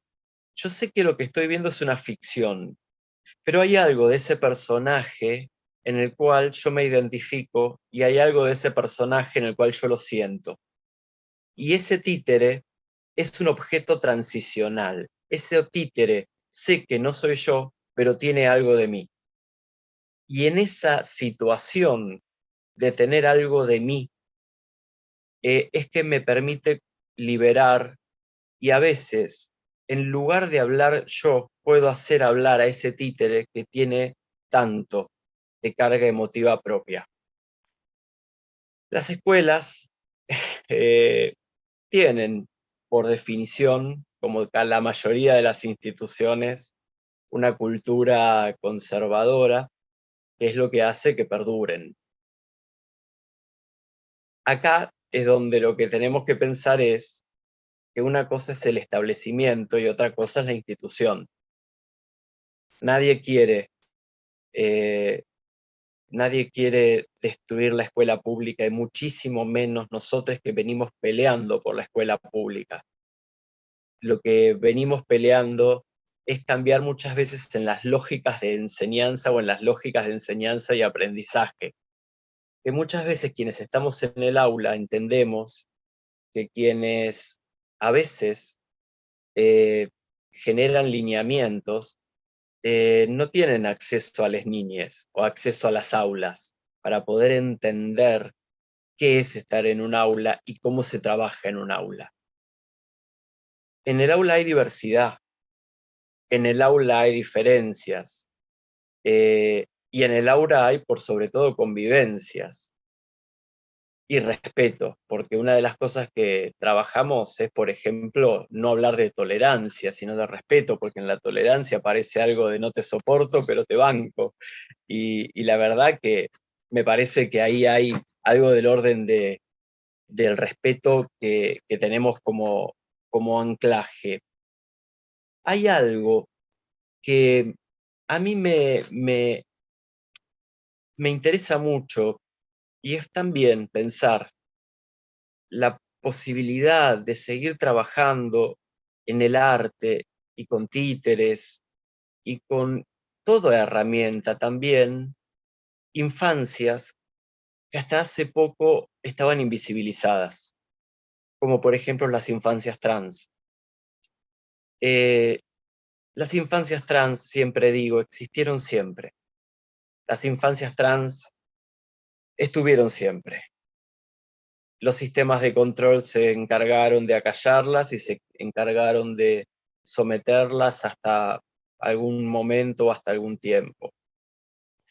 Y sobre todo, hay algo del orden de pensar a las niñas como que la autopercepción de un niño por ser un niño no es válida.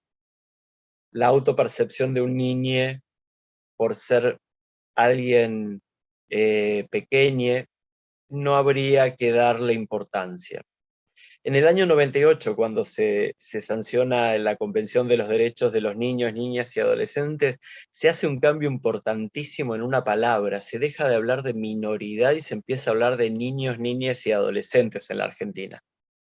Y esto tiene que ver con que creíamos que hablar de minoridad se jugaba siempre un juicio de valor, de pensar a alguien en un estado de menor.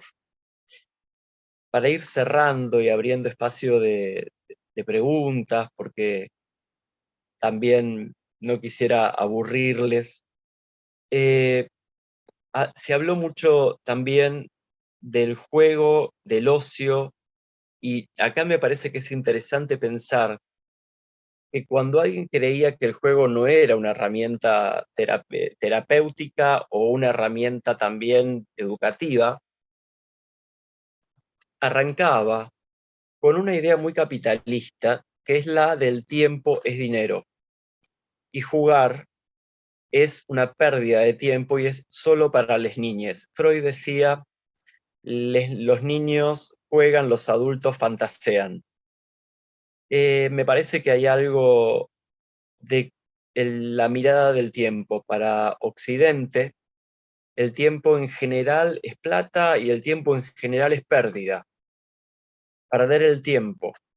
Tenemos que correr, tenemos que apurarnos, no queremos envejecer, perdemos. En Oriente, no. En algunas partes de Oriente no, aunque lamentablemente se está expandiendo. En Oriente el tiempo es sabiduría.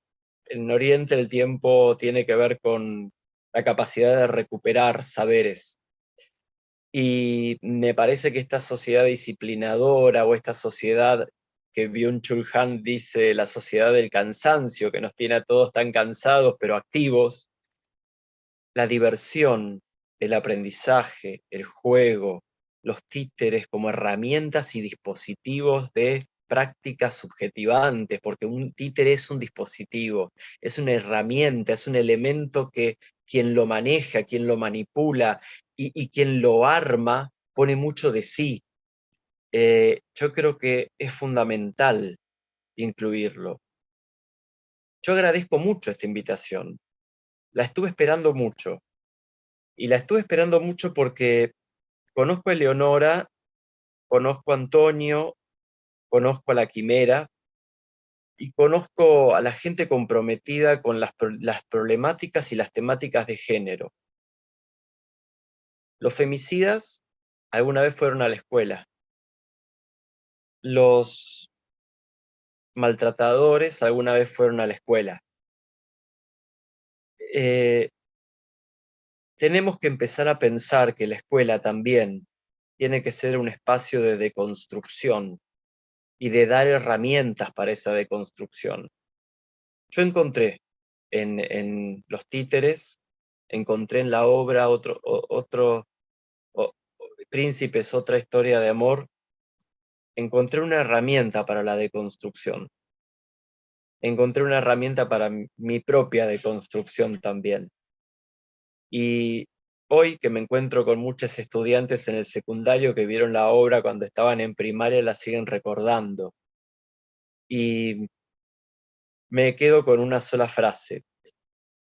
En una parte de la obra, cuando se produce una situación de mucho amor, alguien gritó, alguien que tendría 7, 8 años, alguien gritó, y fueron gays para toda la vida. Esa frase que originariamente es, y fueron felices para toda la vida, se transformó y fueron gays para toda la vida, de una manera absolutamente desconstructiva, absolutamente. Donde esta idea de la felicidad y esta idea de que no hay una sola manera de estar bien, quedó plasmada y quedó cargada en ese acto de una manera maravillosa. Y también creo que, para ir finalizando, me interesa mucho que cuando alguien dijo fueron gays para toda la vida, estaba hablando del amor. Porque muchas veces, cuando se habla en ESI de las elecciones o orientaciones sexuales, asistimos muchas veces a que se genitalizan algunas relaciones. Históricamente, en la homosexualidad, en el lesbianismo, había algo del orden de no pensar que podía existir el amor porque se genitalizaba la relación y se pensaba que eran relaciones exclusivamente carnales. El amor quedaba por fuera. El amor era solamente para las familias tradicionales. Escuchaba a compañeros hablar de distintos modelos familiares, de distintas connotaciones familiares, distintos ensambles familiares.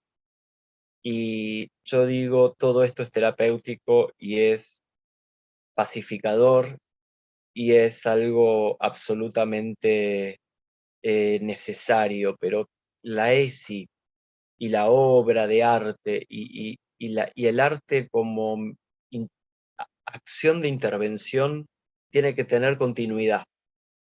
No puede quedar en acciones perdidas. Tienen que tener una continuidad, tienen que tener una constancia. Eso es lo que genera que las constituciones subjetivas de las personas puedan capitalizar esto, y perdonen por utilizar esa última palabra.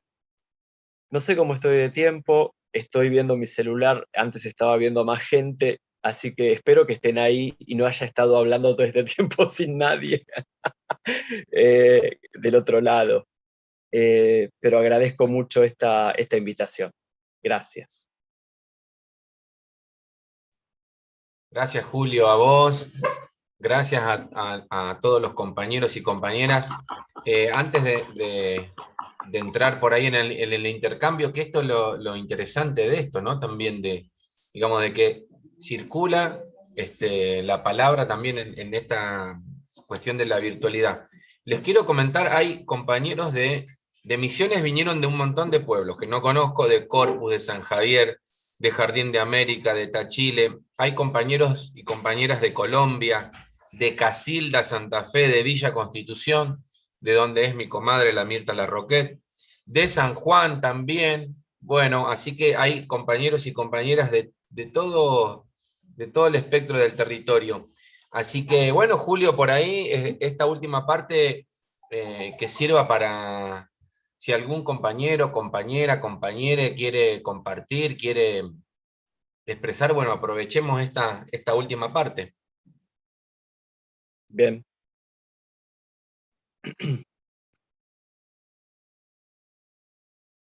Creo que está, yo no estoy viendo, pero creo que está Leonora en el grupo acá y me encantaría, sí está me encantaría darle un agradecimiento enorme.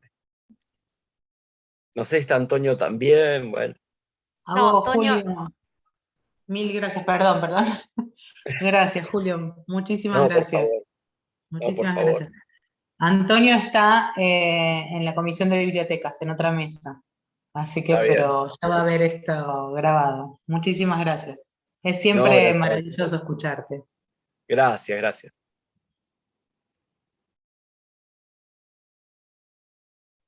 Yo quiero hacerte una pregunta, Julio, me voy a tomar la libertad de hablar. Igual estamos atentos si otro compañero o compañera quiere preguntar.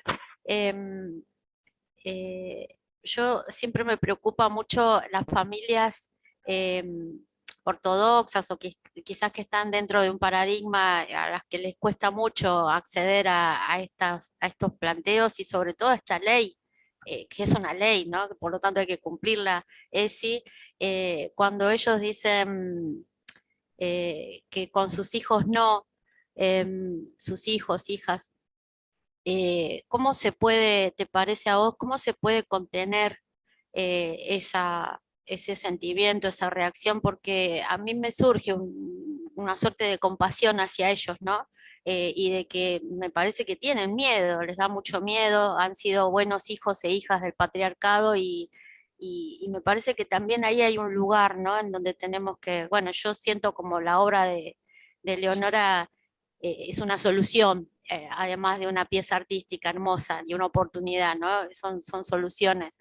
Pero, ¿qué te parece eso? ¿Cómo lo ves? ¿Cuál es Sí, tu sentir? es una, Gracias. vos sabés que, gracias, es una pregunta que en los talleres de ESI, que cuando trabajo con futuros docentes, aparece siempre, que es el tema de las familias, ¿no? Lesadres, qué postura, qué pasa, o incluso aparece también la pregunta hacia les directives, ¿no? Porque también hay escuelas que pueden impulsar un poco más.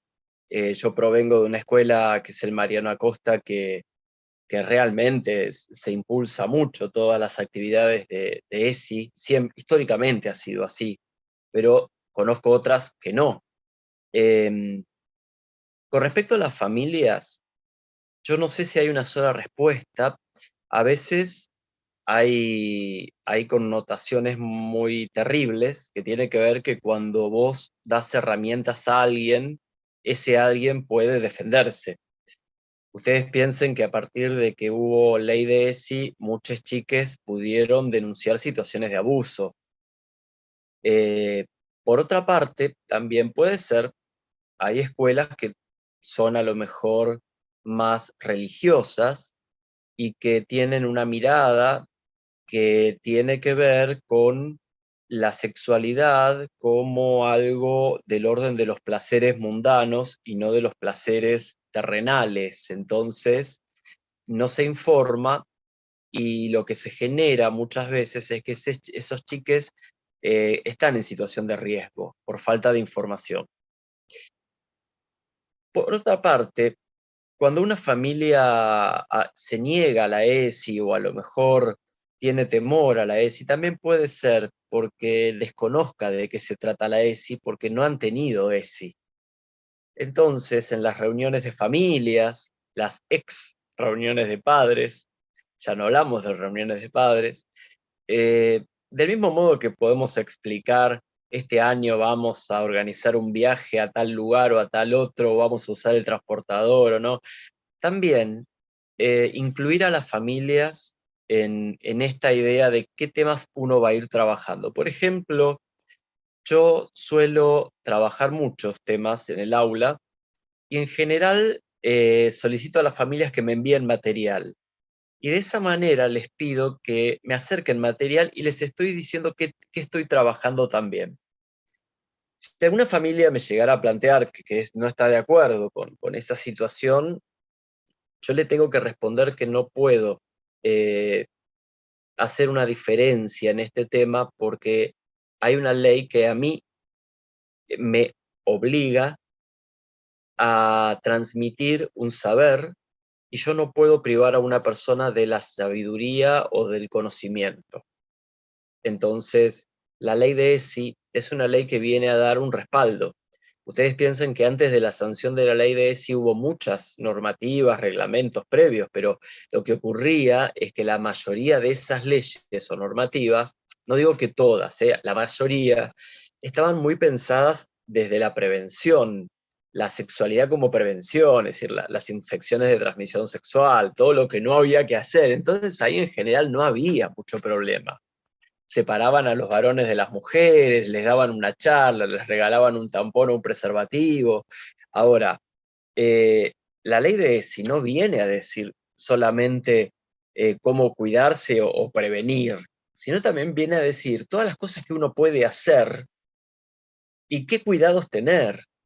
Porque, por ejemplo, yo les contaba antes que en la ley de ESI, un tema que yo trabajo mucho es el tema del consentimiento. Porque cuando surgió la situación masiva de scratches a chiques, que muchos tenían 11 años, 12 años, y chicas angustiadísimas, pasándola tan mal también, ahí era necesario empezar a entender que había una generación que venía con una familia que decía, si te gusta alguien, insistí, y si te dice que no, es porque esa chica no te puede decir que sí de entrada porque es una señorita, para decirlo de alguna manera. Esos varones que venían con ese discurso tuvieron que empezar a pensar que esa insistencia que su familia les decía ya no era insistencia, era acoso. Y ahí la escuela tiene que estar presente. La familia y la escuela. Cuando la escuela se compromete en el día a día, en lo cotidiano, cuando vos estás con... Cuando yo empecé a trabajar ESI en el 2006, yo hablaba de otras cosas distintas a las que hablo ahora. ¿Pero por qué? Porque la sociedad fue cambiando. No había ley de matrimonio igualitario, no había ley de identidad de género. Hoy la hay. Hoy en el aula, en el aula nos pasa todo el tiempo de tener chiques que nos piden que les llamemos de otro modo a como figuran en la lista.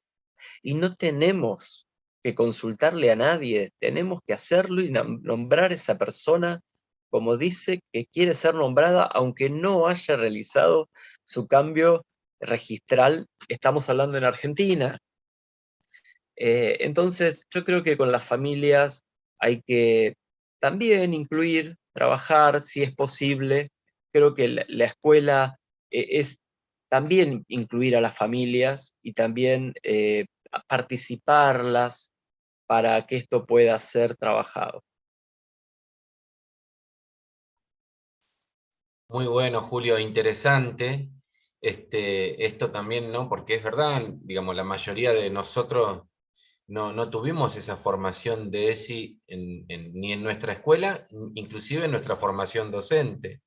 Y me parece que también es una cuestión, o por lo menos que tiene que ser transversal en la formación docente. Nosotros en la provincia de Neuquén, para compartir, recién este año pudimos lograr que las clases de educación física sean por curso, o sea, que participen tanto las chicas como los chiques, como los chicos de la clase de educación física. Y esto nos costó muchísimo, pero no por una cuestión de las chiques, sino por una cuestión de nosotros, de los docentes, ¿no?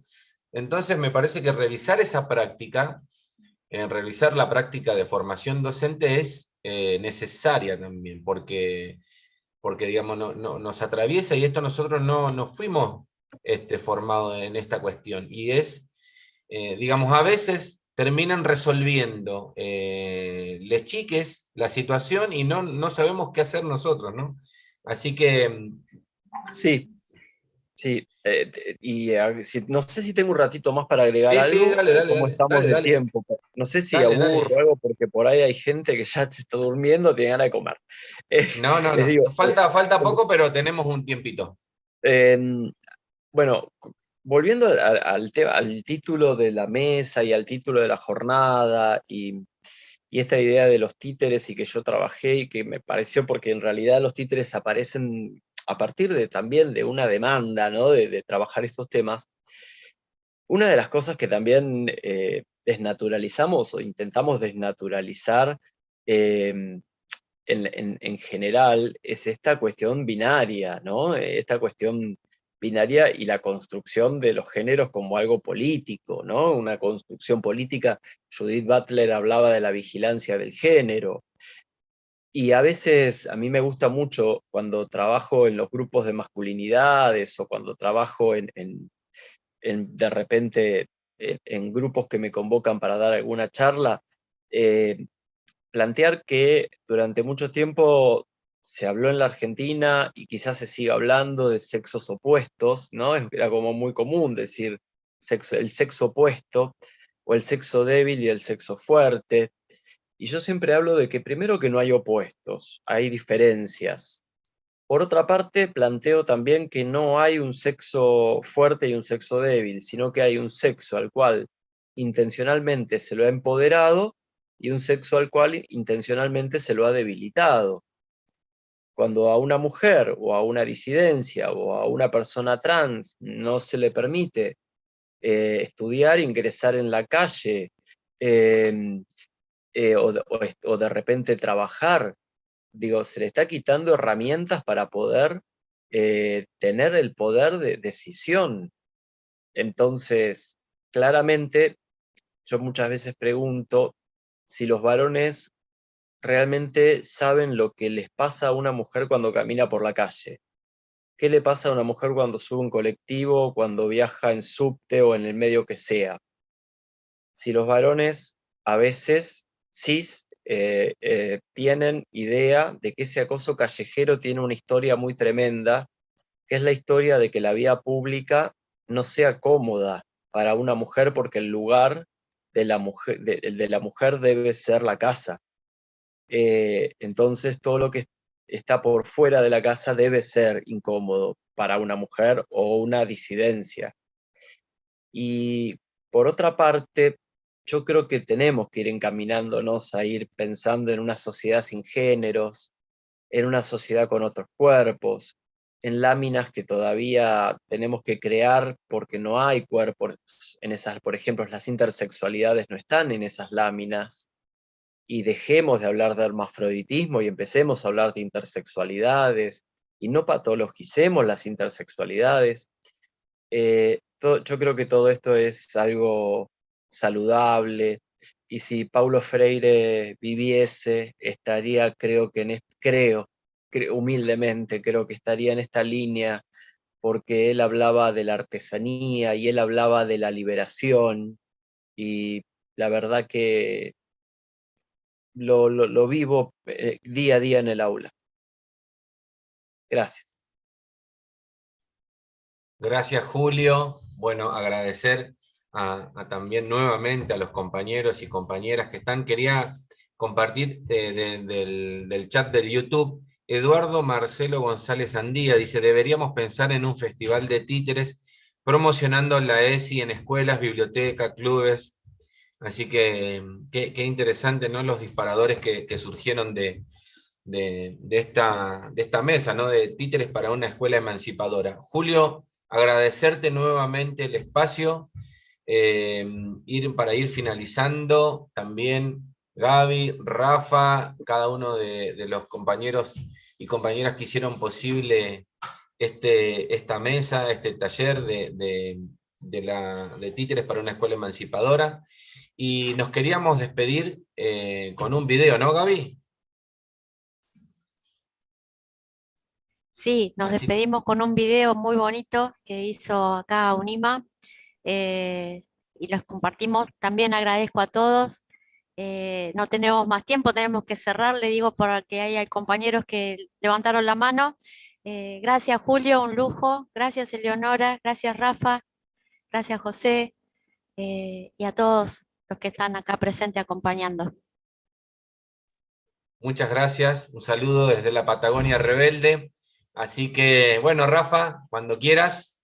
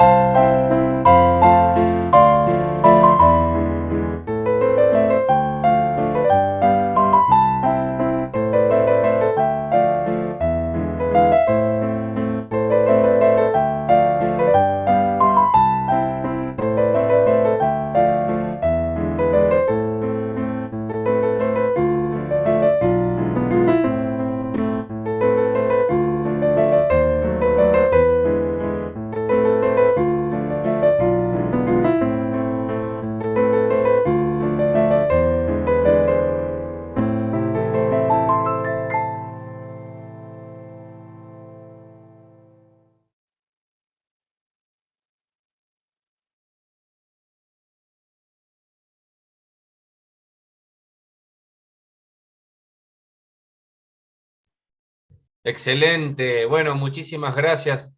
¿Les parece desmutearnos y darnos un fuerte aplauso? Gracias, Julio, nuevamente. Muchísimas gracias Julio. a UNIMA, gracias a la CETERA también, gracias, Rafa. Aplauso para todos. Gracias. Broche de oro, Julio. Gracias, CETERA, compañeros, compañeras. Gracias. Gracias a todos. Saludos. Gracias, Abrazo. Gaby. Buena Gracias. jornada Gracias, mañana. José. Buena jornada mañana.